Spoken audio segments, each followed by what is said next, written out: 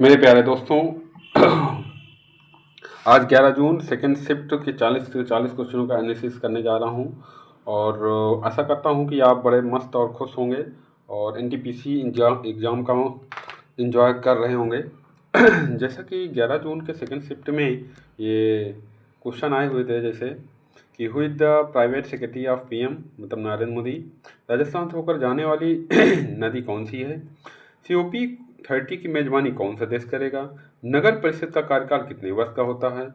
और कौन सा घर घन लोक वाद्य यंत्र नहीं है? चलिए आगे स्टार्ट करते हैं।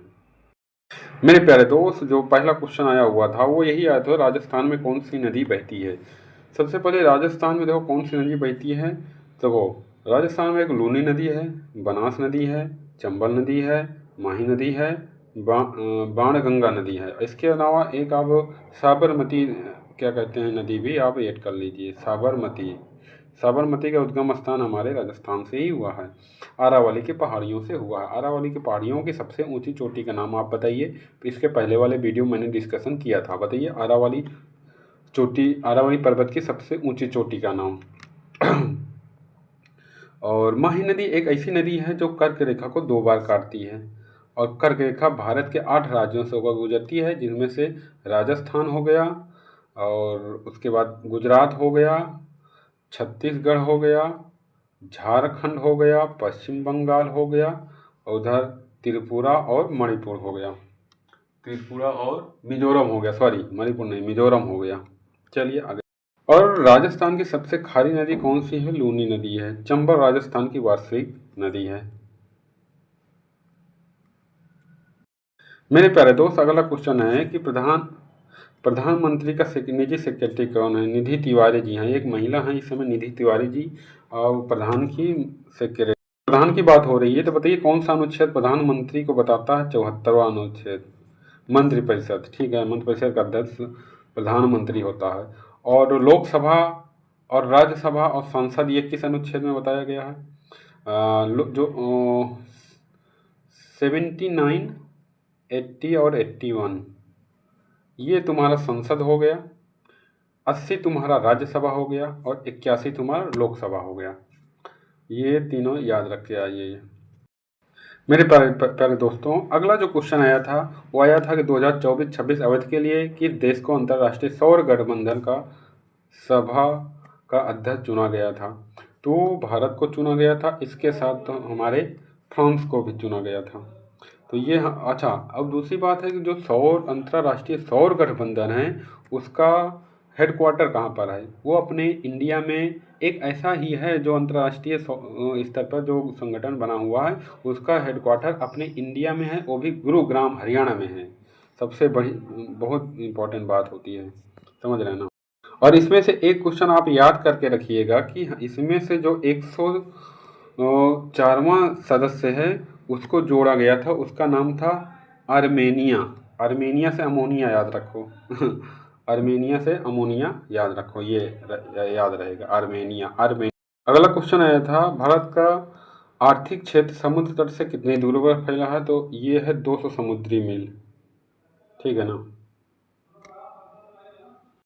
फंस गया भाई। ये क्वेश्चन देखो हिस्ट्री का, इतनी बार मैंने मास्की खूब पढ़ाया था। मास्की अभिलेख किस राज्य से संबंधित है? मास्की अभिलेख किस राज्य से संबंधित है? चलिए बताइए, कर्नाटक के रायचूर जिले से में मास्की राज्य क्या कहते हैं संबंधित है। इसके अलावा बताइए, समुद्रगुप्त का अभिलेख जो है, समुद्रगुप्त का संबंध किससे है? भारत का नेपोलियन समुद्रगुप्त को कहा जाता है। समुद्रगुप्त ने प्रयाग प्रशस्ति क्या कहते हैं अभिलेख लिखाया था। प्रयाग प्रशस्ति का संबंध किससे है? प्रयाग प्रशस्ति का संबंध किससे है? समुद्रगुप्त से है। एहोल का संबंध किससे है? आप ये बताइए। एहोल का संबंध पुनकेसर द्वितीय से है। ठीक है ना। और एक अगला क्वेश्चन आप ये ध्यान रखिए कि जो तुम्हारा अशोक ने जो शिलालेख लिखवाए थे उसके किस शिलालेख में कलिंग युद्ध का वर्णन किया गया है? तो कलिंग युद्ध का जो वर्णन किया गया है वो अशोक के शिलालेख के 13वें किस नंबर के 13वें वाले नंबर में, 13वें शिलालेख में कलिंग युद्ध का वर्णन किया गया है। और 7वें शिलालेख में उनकी अशोक की तीर्थ यात्रा का वर्णन किया गया है। और जो पहला क्या कहते हैं शिलालेख है उसमें पशुबलि की निंदा की गई है। तो 13वें में कलिंग युद्ध का वर्णन किया गया, 7वें में उनकी तीर्थ यात्राओं का वर्णन किया गया, किसके, अशोक के। अब पहले में पशुबलि की निंदा की गई है। तो दोस्त एक क्वेश्चन आप ये भी याद रखिए कि जो मास्की अभिलेख है, इस अभिलेख में जो अशोक का नाम अशोक मिलता है, मतलब अशोक जो दिया गया है ये अशोक नाम किस उसमें मिलता है, तो अशोक नाम ये इसी मास्की अभिलेख में मिलता है, अशोक के मास्की अभिलेख में ये बताया गया है। ठीक है ना, ये भी आप याद रखिएगा। ये बहुत बढ़िया क्वेश्चन है, अगले उसमें निकाला जा सकता है कि मास्की अभिलेख जो है इसी में अशोक का नाम अशोक बताया गया है। एक अगला क्वेश्चन है कि भारत में जो शिलालेख का प्रचलन सर्वप्रथम किसने किया, वो भी अशोक ही हैं। कौन है भारत में सर्वप्रथम शिलालेख का प्रचलन, अशोक जी हैं। अगला क्वेश्चन बताइए कि अभिलेख से रानी का अभिलेख किसे कहा जाता है। अगला क्वेश्चन बताइए, रानी का अभिलेख किसे कहा जाता है, किस अभिलेख को, रानी का अभिलेख। यह है कौशाम्बी अभिलेख को, किसको, कौशाम्बी अभिलेख को रानी का अभिलेख कहा जाता है। इसको भी याद रखिए, क्या, कौशाम्बी अभिलेख को रानी का अभिलेख कहा जाता है। अशोक का 7वां अभिलेख सबसे लंबा था, अशोक का 7वां अभिलेख सबसे। अगला क्वेश्चन जनगणना से आया है, 2011 की जनगणना लिंगानुपात पूछा है। तो ये तो बाल लिंगानुपात बता ही दिया गया था 919, और व्यक्ति लिंगानुपात जो आया था वो बताइए कितना था। व्यक्ति लिंगानुपात कितना आया था याद बताइए, 943। और सबसे ज़्यादा कहाँ पर था, केरल में, उसके बाद पांडिचेरी। ठीक है ना। तो मेरे प्यारे दोस्त इसको याद रखिएगा, ये पढ़ा भी दिया गया था। और घनत्व कितना हुआ, 825 से 882, क्या यही हुआ था, बताइए कमेंट। बिल्कुल सही है, 882 हो गया है। और सबसे ज़्यादा लिंगानुपात कहाँ पर था, वो भी केरल में था। और दूसरे नंबर पर पांडिचेरी में, तीसरे नंबर पर तमिलनाडु में, और केंद्र शासित प्रदेश में सबसे ज़्यादा कहाँ पर था, अंडमान निकोबार, उसके बाद हरियाणा। दमन दीव में सबसे ज़्यादा और हरियाणा में उसके बाद। तो ठीक है, लिंगानुपात बाल लिंगानुपात 919 और ओवरऑल 943, सबसे ज़्यादा केरल में।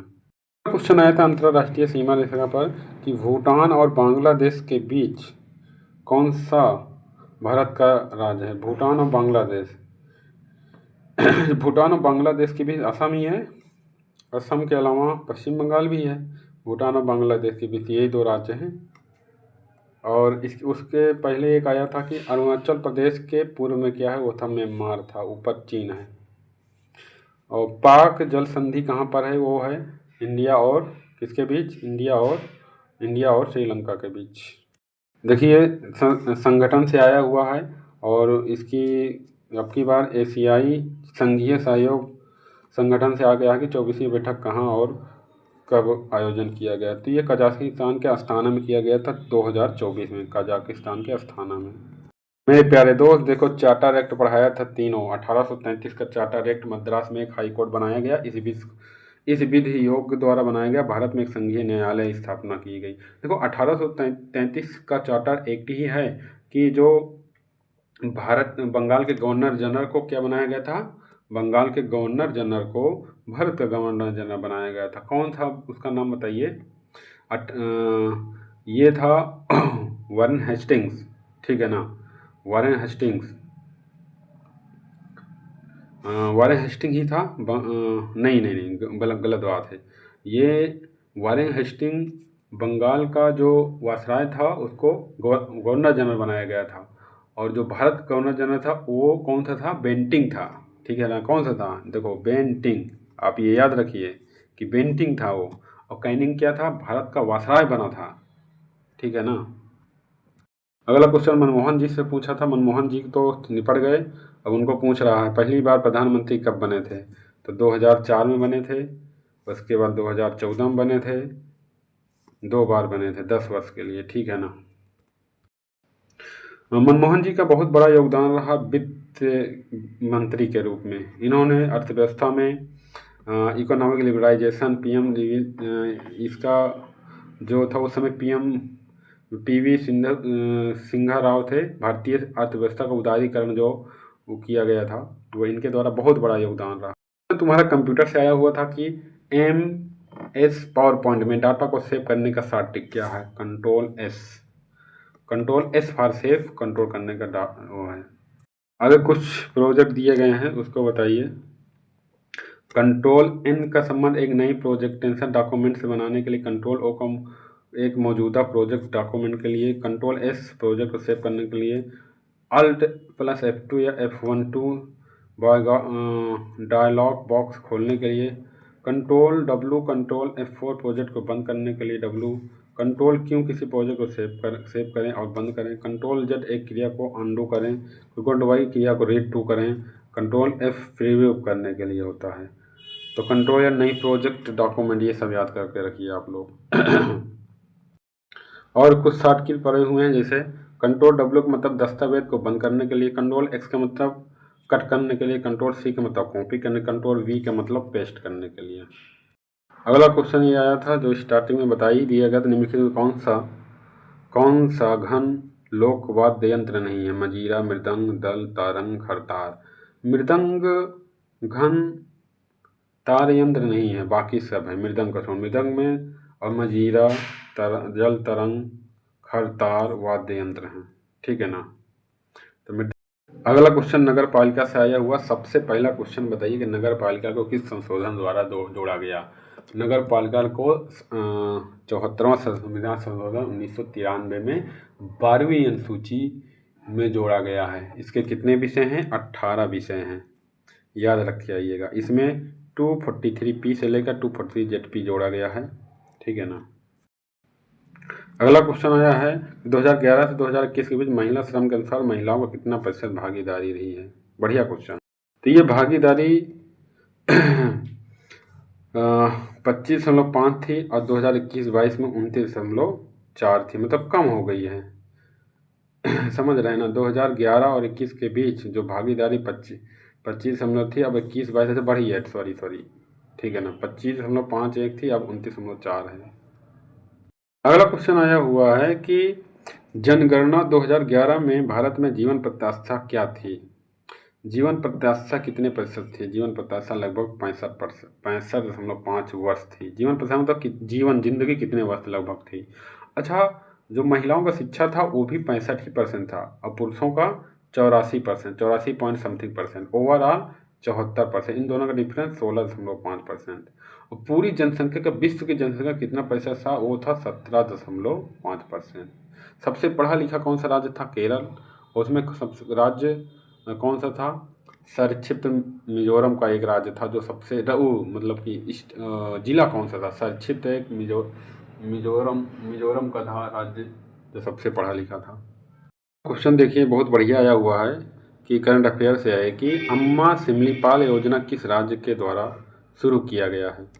तो अम्मा सिमलीपाल योजना उड़ीसा से शुरू किया गया था। सिमलीपाल राष्ट्रीय उद्यान है, उसी से रिलेटेड ये है, क्या कहते हैं, जनजातीय समुदाय को विकास करने के लिए किया गया था। अब काजीरंगा आपको याद आना चाहिए, जैसे असम आया वैसे काजीरंगा तुरंत याद आना चाहिए। काजीरंगा एक सींग वाले गैंडे के लिए प्रसिद्ध है। सिमलीपाल वो भी असम है। असम का शास्त्रीय नृत्य क्या है? शास्त्रीय है, शास्त्रीय नृत्य शास्त्रीय है शास्त्रीय है। चलिए आगे बढ़ते हैं। ये जो क्वेश्चन आया हुआ ये रिपीटेड है, इसके पहले शिफ्ट में भी आ चुका है। देखिए, एक दो क्वेश्चन रिपीट ही हो जाते हैं। मैत्रक वंश के शासक में प्रारंभ में गुप्त राज्य के अधीन थे, और किसके अधीन थे ये पूछा है। तो संस्थापक थे भट्टारक। गुप्त शासन के शासनकाल में सौराष्ट्र के गवर्नर थे। चलिए ठीक है। मैत्रक कहाँ के थे याद रखना। तो गुप्त, ये प्रारंभ में गुप्त साम्राज्य के अधीन थे और बाद में इसके संस्थापक कौन से? भट्टारक थे। मैत्रक इसके पहले भी आया था मैत्रक, उसका कुछ दूसरे टाइप से पूछा। अगला क्वेश्चन साइंस से है, जो कि एल्युमिनियम में अन्य धातु को मिलाने के लिए जो खाली जगह होती है उसे क्या कहते हैं? मिश्र धातु, एलॉय बोलते हैं, कुल मिला के कहने का मतलब है। मिलाने के लिए जो खाली जगह होती है उसे तो एवाइड बोला जाता है। एवाइड वाइड बोला जाता है, लेकिन अब क्या बताया जाए, ये तो कुछ दूसरे समझ में आ रहा है। खाली जगह क्या कहते हैं? मिश्र धातु थोड़ी नहीं कहते हैं। तो मिश्र धातु मिला दिया जाता है तब वो बनता है। ये थोड़ा कुछ कन्फ्यूजन वाला क्वेश्चन लग रहा है, टाइपिंग मिस्टेक है। क्वेश्चन हिस्ट्री से है और ये आया था कि स्वदेशी सेवक होम किस संगठन से संबंधित है। स्वदेशी सेवक होम का संबंध गदर आंदोलन से है। इसमें जी डी कुमार ने वैंकूवर कनाडा में स्थापित किया था। इसका उद्देश्य भारतीय स्वतंत्रता संग्राम के प्रवासी भारतीयों को संगठित करना था। तो ये कुछ गदर आंदोलन से संबंधित था। गदर आंदोलन कब हुआ था? 1913 में हुआ था। बताइए। लाला हरदयाल के द्वारा। तो बिल्कुल सही है, 1913 में गदर पार्टी की स्थापना हुई। लाला हरदयाल गदर पार्टी की स्थापना। अब इसके अलावा एक और याद कर लीजिए। होम लीग आंदोलन तिलक और निवेशन ने 1916 में स्टार्ट किया था। 1916 में। चलो स्टार्टिंग से कर देते हैं। चलो हम एशियाटिक सोसाइटी की स्थापना बताते हैं। एशियाटिक सोसाइटी की स्थापना विलियम जोन्स ने किया था। और ब्रह्म समाज की स्थापना किसने किया था? ब्रह्म समाज की स्थापना राजा राम मोहन राय ने किया था। ठीक है ना, 1828 में। अगला क्वेश्चन बताइए कि तुम्हारा जो आज़ाद हिंद फौज थी, इसके कौन क्या कहते हैं संस्थापक थे? आज़ाद हिंद फौज। आप बोलोगे सुभाष चंद्र बोस, जो कि गलत है। आज़ाद हिंद फौज की जो स्थापना रास बिहारी बोस ने किया था। आज़ाद हिंद सरकार की स्थापना सुभाष चंद्र बोस ने किया था। चलिए आगे बढ़ते हैं। और खुदाई खिदमतगार ये किससे संबंधित? खुदाई खिदमतगार अब्दुल गफ्फार को कहते थे। अब्दुल गफ्फार कारखाना को कहते थे। अगला बताइए, खिलाफत आंदोलन अली बंधुओं के द्वारा 1919 में हुआ था। और अनुशीलन समिति कई बार आ चुका है। अनुशीलन समिति कौन किया था? वारिंद घोष। कौन किया था? वारिंद घोष। अनुशीलन समिति के क्या कहते हैं, कौन किया था? वारिंद घोष। और अभिनव भारत संस्था कौन किया था? अभिनव भारत कौन किया था? DC सावरकर। अभिनव भारत का इस संस्था की स्थापना किया था विनायक दामोदर सावरकर। ठीक है ना। तो याद रखना कि अनुशीलन समिति की स्थापना किसने की थी? वारिंद घोष ने। और अभिनव भारत संस्था की किसने खोली? DC सावरकर ने। ठीक है। थियोसॉफिकल सोसाइटी की स्थापना बताई थे ब्लॉक टस्की ने किया था। सत्यशोधक समाज सेवा ज्योतिबा फुले ने किया था। साइंटिफिक सोसाइटी की स्थापना सर सैयद अहमद खान ने किया था। अगला क्वेश्चन कोप से आया था। कोप 30 के अध्यक्ष कौन थे? बताइए। आराध्या कौरैया। और कोप 30 का प्रतिनिधित्व कौन करेगा? 10 से 21 नवंबर 2025 को ब्राज़ील के बेलम में आयोजित किया। इसका प्रतिनिधित्व ब्राज़ील ही करेगा। ठीक है ना। तो कोप से आ सकता है, आप ये याद रखिए। मेरे प्यारे दोस्त, एक क्वेश्चन विद्रोह से हर बार पूछा जा रहा है। देखो विद्रोह से फिर से आ गया। और उसके बाद विद्रोह से आया क्या है? सिग्फो विद्रोह 1830 ईस्वी में असम के पूर्वोत्तर भाग में सिग्मो जनजाति के द्वारा किया गया था। तो विद्रोह आ गया है, तो इसको रिवीजन कराते हैं। चलो पहला बताइए, संथाल विद्रोह सिद्धू कानू। और कहाँ हुआ था? बंगाल और बिहार में। संथाल के बाद बताइए, सन्यासी विद्रोह भी बंगाल और बिहार में। यहाँ पर केना सरकार थी। संथाल थे, सिद्धू कानू याद रखना। और पहाड़िया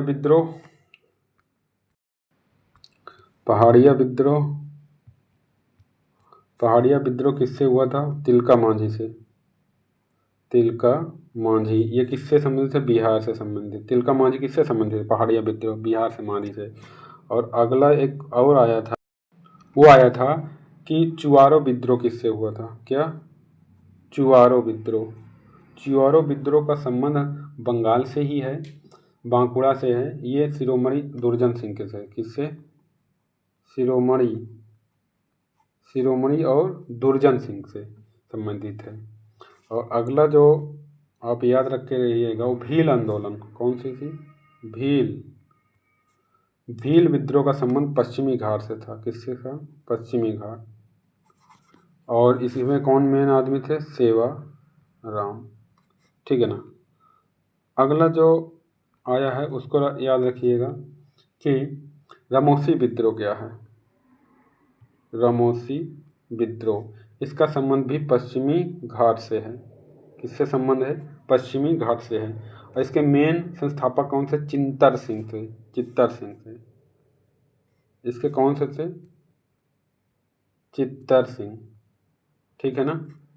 अगला क्वेश्चन जो आया है आप याद रखिए कि अहोम विद्रोह का संबंध किससे है? अहोम का संबंध असम से है। अहोम का संबंध असम से। कौन से थे? गोधर कुंवर। अहोम का संबंध गोधर कुंवर से है। अगला क्वेश्चन क्या बताइए? खासी। खासी विद्रोह का संबंध क्या है? द गारो खासी, ये वैसे तो मेघालय में है लेकिन खासी का संबंध भी किससे था? असम से था। इसके मेन व्यक्ति से चक्र बिश्नोई। इसमें बिश्नोई बहुत ज़्यादा फेमस है। चक्र बिश्नोई। ठीक है ना। चक्र बिश्नोई। खासी के संबंध असम, चक्र बिश्नोई। ठीक है ना। अगला क्वेश्चन आप याद रखिएगा, मुंडा। मुंडा का झारखंड, बिरसा मुंडा सभी जानते हैं। कूका का संबंध भगत जवाहर मल। कूका विद्रोह का संबंध किससे था? भगत जवाहर मल से था। ठीक है ना। और ताना भगत आंदोलन। ताना भगत आंदोलन का संबंध जतरा भगत से था। किससे? जतरा भगत से था। चलिए यहीं पर ये वीडियो एंड करते हैं। इतने ही क्वेश्चन आए हुए थे। आप लोग लाइक कीजिए, सब्सक्राइब कीजिए और कमेंट बॉक्स में थोड़ा सा कमेंट भी किया कीजिए, सब्सक्राइब कीजिए। चलिए ठीक है, ओके, बहुत बहुत धन्यवाद।